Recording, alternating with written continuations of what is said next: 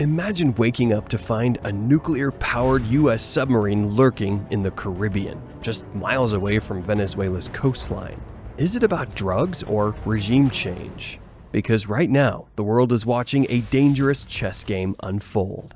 In late August 2025, the U.S. quietly deployed a massive naval strike group into the southern Caribbean. Among them, the USS Newport News, a fast attack submarine armed with Tomahawk cruise missiles. Washington says it's about stopping narcotics, but Venezuela claims it's the biggest military threat in a century, a direct attempt to overthrow President Nicolas Maduro. Let's break it down. The fleet includes destroyers, cruisers, amphibious assault ships, and that submarine. Officially, the mission is to crack down on the Cartel de los Soles and Venezuela-linked traffickers. But here's the twist. U.S. officials haven't given a clear timeline, no exit plan, and the region is heating up fast. Meanwhile, Maduro isn't staying silent. He says America has placed 8 warships with over 1,200 missiles just off his coast. To him, this isn't about drugs, it's about regime change. And then came the incident. On September 2nd, a U.S. vessel launched a kinetic strike on a boat in the Caribbean. The Pentagon said it was a narco-trafficker ship tied to Venezuela's Tren de Aragua criminal group. The result? 11 people died.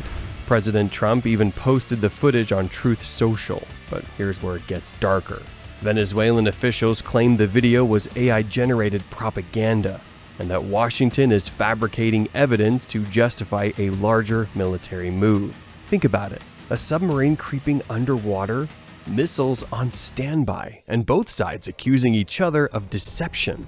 Now the entire region is on edge. Venezuela has mobilized warships, drones, and militias, swearing they'll declare a republic in arms if attacked. The U.S. insists this is just anti-narcotics enforcement. But experts warn, submarines don't show up unless there's a much bigger play at stake. Could this be the start of a naval blockade? A signal to Venezuela's allies, Russia, Iran, China, that Washington is ready to escalate? Or is this just psychological warfare, designed to push Maduro into a mistake? History tells us great powers rarely deploy nuclear submarines for simple drug missions. This is about power projection, deterrence, and possibly regime change under another name. The Caribbean is supposed to be a zone of peace. Instead, it's becoming the stage for 21st century gunboat diplomacy.